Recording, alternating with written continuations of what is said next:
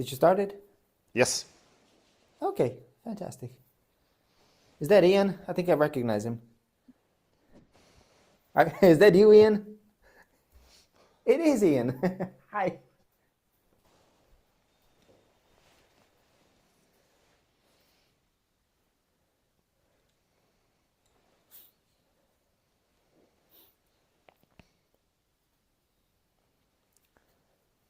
Let me know when the time comes, okay? Yeah, it's just a matter of seconds, I guess. Okay, well, good. By the way, you don't need to give me the two bells at the beginning. I'll just do the two bows for you guys and for the Buddha, and that's it, okay? Thank you. Hello, everyone. I've already said hello to you, but uh, have you? We started our stream also on YouTube. Welcome to the very last Fusatsu ceremony, precept recommitment ceremony for this 2024. The next one's going to be in 2025. So we won't do one for a whole year. Hi, Brett. Welcome. As always, my invitation to you is please do what your body allows. If you can do deep bows, do deep bows. Prostrations, do prostrations. Whatever you're able, do that, but do it wholeheartedly. Okay. So the first bow I'm going to give to you. And then we begin with our incense offering as always.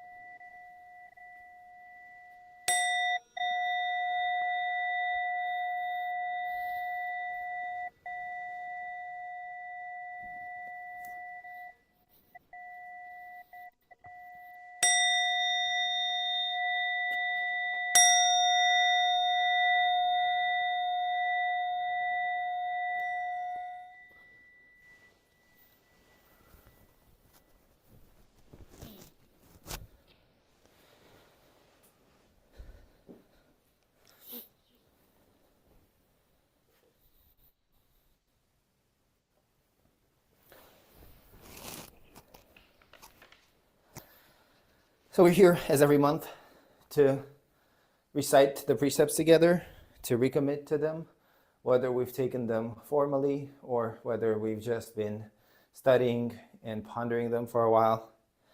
And the ceremony includes very specific little actions, beginning with atoning for our past misdeeds, invoking the presence of the Buddhas before we actually recite the precepts together. And then we take refuge at the end, and that's it. And of course, the very important purification with water. I don't know if you brought a leaf and water. If you haven't, it's perfectly fine. I have water and a leaf for you. So, okay, let's begin. The great precepts of Gautama Buddha were kept by all Buddhas. They were transmitted from Buddha to Buddha, and they were received by ancestor after ancestor. Our great master, Gautama Buddha, transmitted the precepts to Master Mahakashyapa. Master Mahakashyapa transmitted the precepts to Master Ananda. And the transmission of the precepts has continued in this way, passing from orthodox successor to orthodox successor in one line. Now we reaffirm our commitment to the precepts, to return the profound benevolence of Gautama Buddha. We trust this to be the true reception of Gautama Buddha's wisdom and life. Respectfully following the approval of Gautama Buddha, we would like to devote ourselves to the precepts, beginning with atoning for past misdeeds. Let us recite the verse of atonement together. At the end, with the sound of the damped bell, you can give a deep bow.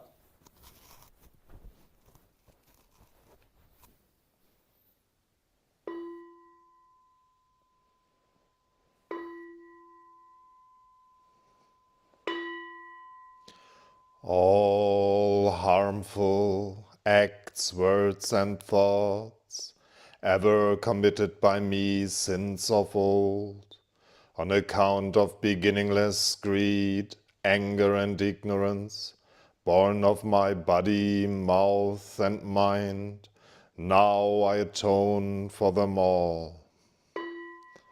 All harmful acts, words, and thoughts ever committed by me since of old, on account of beginningless greed, anger, and ignorance, born of my body, mouth, and mind, now I atone for them all. All harmful acts, words, and thoughts ever committed by me since of old, on account of beginningless greed, anger, and ignorance, born of my body, mouth, and mind, now I atone for them all.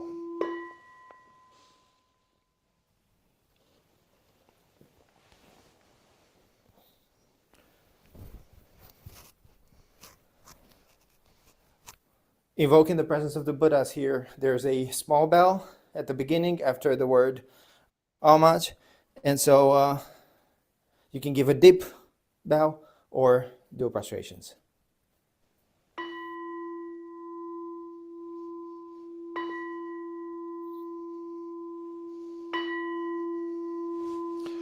Homage to the 7 Buddhas of the past.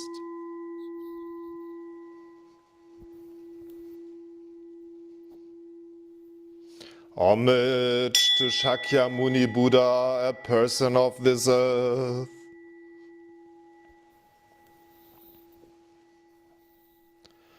Homage to Miroku Buddha, symbol of hope for the future.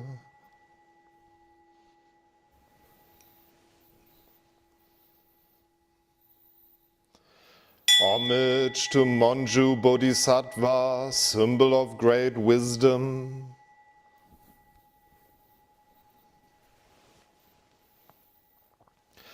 Homage to Fugen Bodhisattva, symbol of great activity.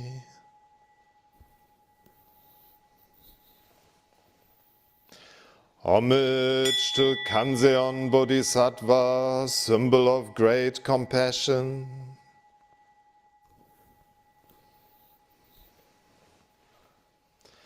Homage to the successive generations of ancestor bodhisattvas.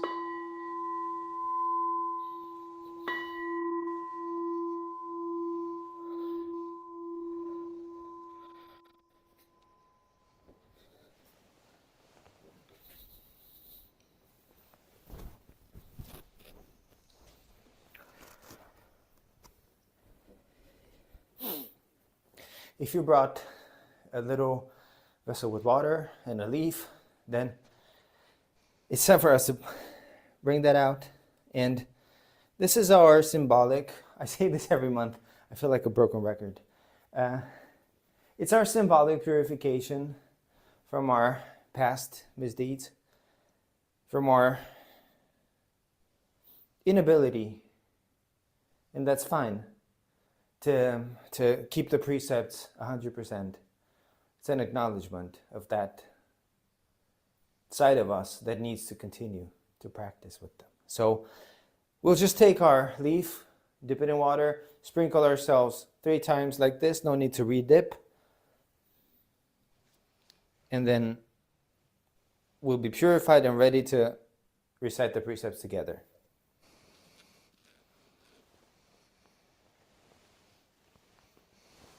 And I'll do one for everyone out there that doesn't have the water, the leaf, or the knowledge that we need to purify ourselves.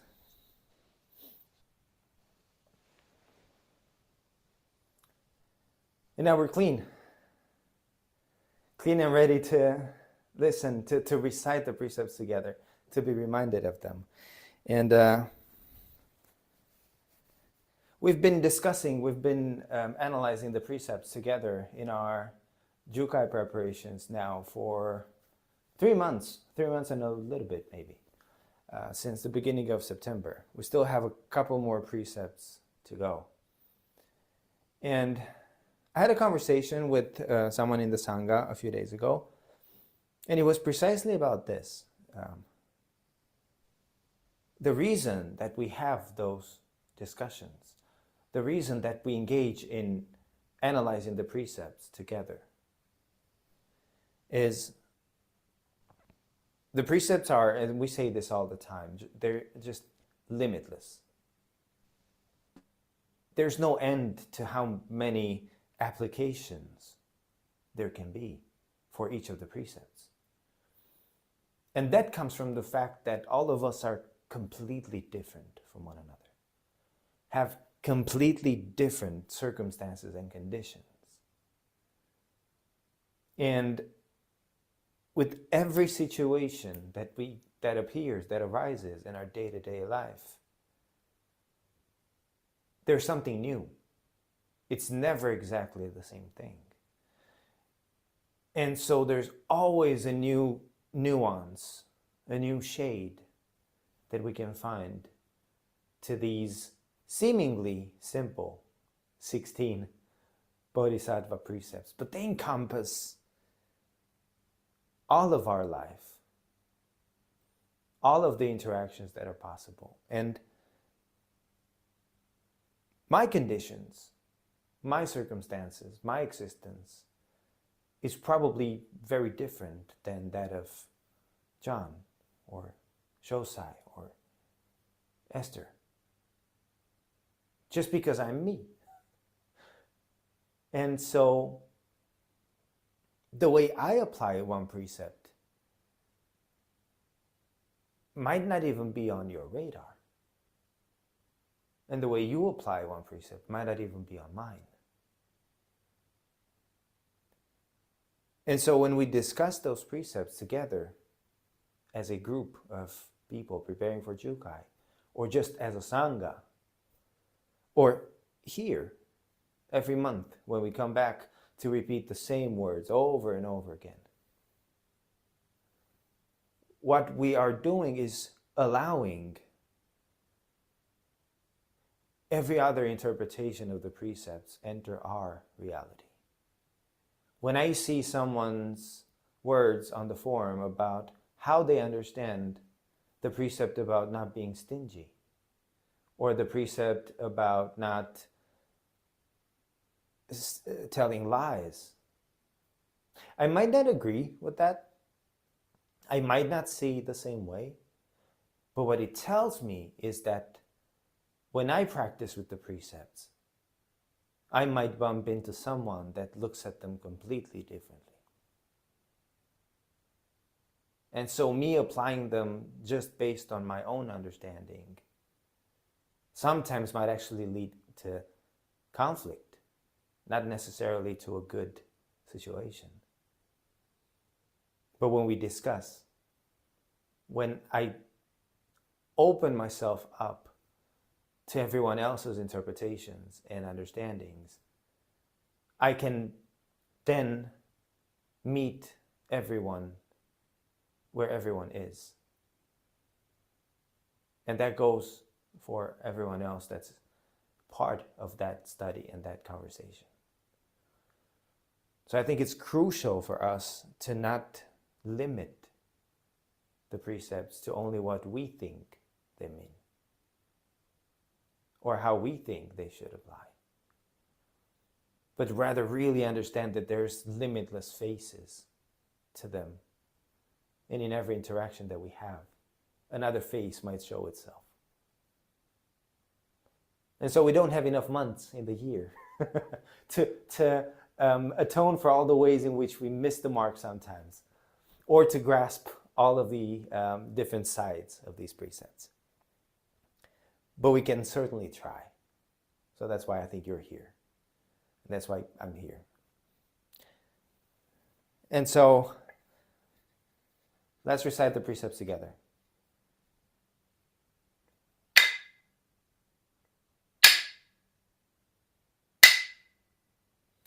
All you disciples of the Buddha, join your palms in reverence and listen wholeheartedly. I would now like to articulate the preface to the great precepts of the Buddhas. If the members of the assembly will quietly listen, and they know that they have done wrong, they will atone.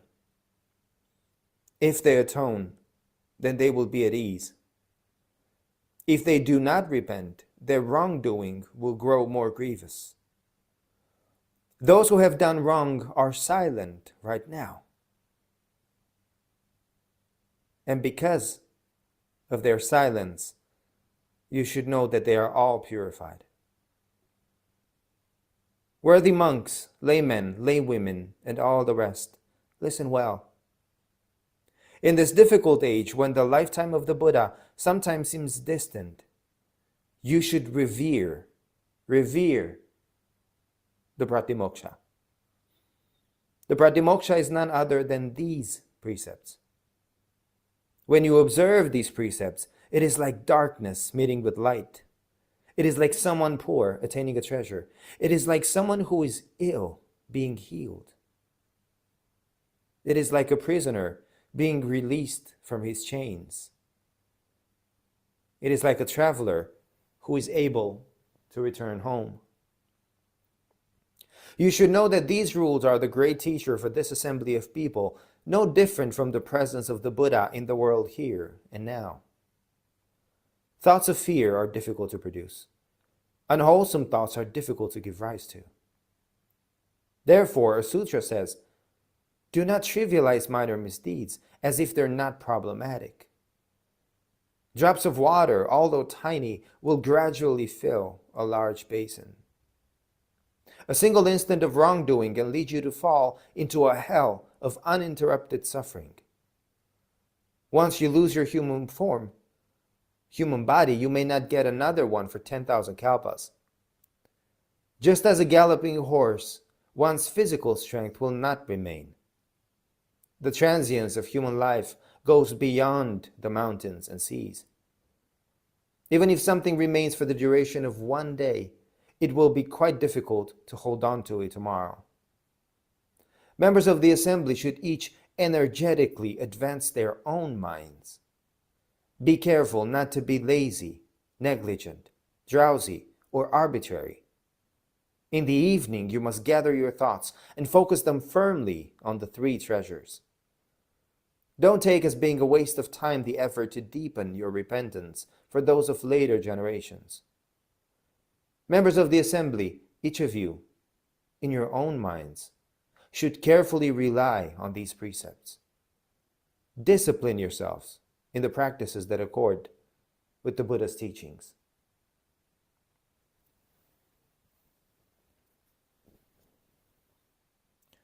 Today, I reaffirm my commitment to seek as I can in this body and life to avoid doing harm, to seek as I can in this body and life to live in a healthful and helping way, doing good, to seek as I can in this body and life to live for the benefit of all sentient beings, to seek as I can in this body and life to refrain from the killing of life, to seek as I can in this body and life to live in generosity and refrain from taking that which is not given, to seek as I can in this body and life to refrain from misusing sexuality and all desire, to seek as I can in this body and life to refrain from false and malicious speech, to seek as I can in this body and life to refrain from intoxication in its many forms, to seek as I can in this body and life to refrain from unconstructively criticizing the errors and faults of others, to seek as I can in this body and life to refrain from praising oneself and judging others, to seek as I can in this body and life to refrain from stinginess in bestowing the Buddhist teachings and all precious things, to seek as I can in this body and life to refrain from all anger, to seek as I can in this body and life to refrain from disparaging the three treasures, Buddha, Dharma, Sangha.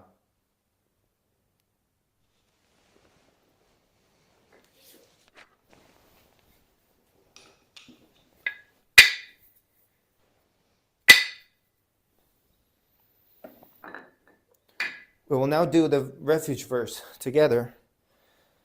And at the end there's a small bell which announces either a deep bow or a prostration, whatever you're able to do.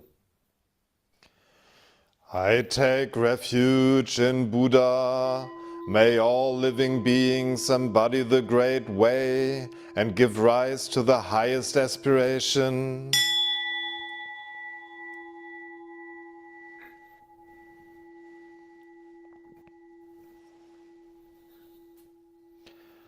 I take refuge in Dharma. May all living beings enter deeply into the sutras, that ocean of wisdom.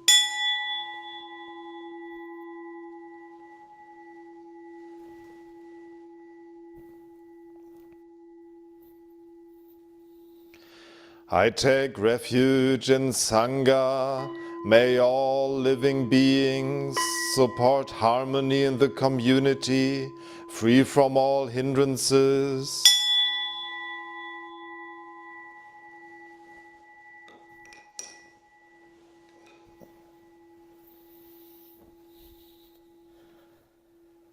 And now we do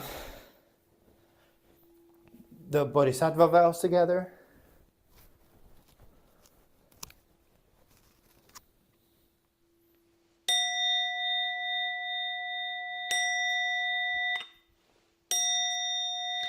To save all sentient beings, though beings numberless. To transform all delusions, though delusions inexhaustible. To perceive reality, though reality is boundless. To attain the enlightened way, a way non-attainable. To save all sentient beings, though beings numberless. To transform all delusions, though delusions inexhaustible. To perceive reality, though reality is boundless. To attain the enlightened way, a way non-attainable. To save all sentient beings, though beings numberless. To transform all delusions, though delusions inexhaustible. To perceive reality, though reality is boundless. To attain the enlightened way, a way non-attainable.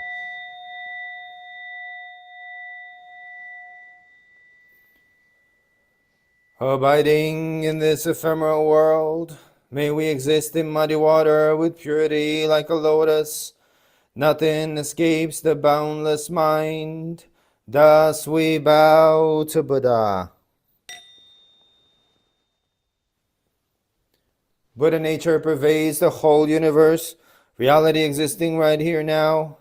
In reaffirming our commitments to the precepts, we dedicate our sincere efforts to Shakyamuni Buddha, honored one, the historical Buddha and teacher, to the all-pervading and everlasting three treasures, to all arhats and bodhisattvas, mahasattvas, and their relations throughout the Dharma worlds.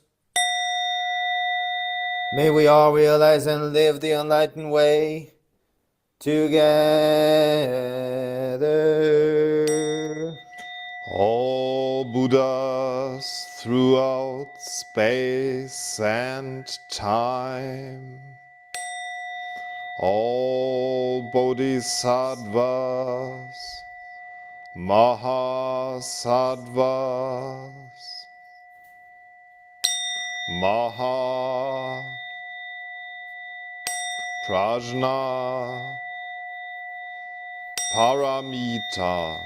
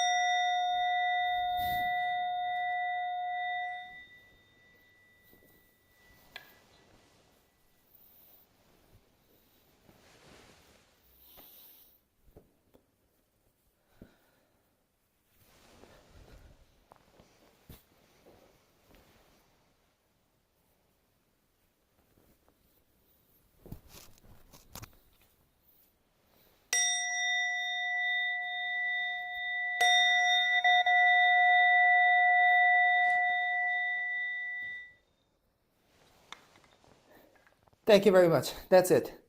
Consider yourselves purified, clean, and hopefully with an open ear, a more open heart towards other possible understandings that people might have of the precepts and how they collide with ours continuously.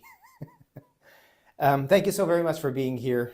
I'm kind of far away, but you can see me. Thank you for being here this month.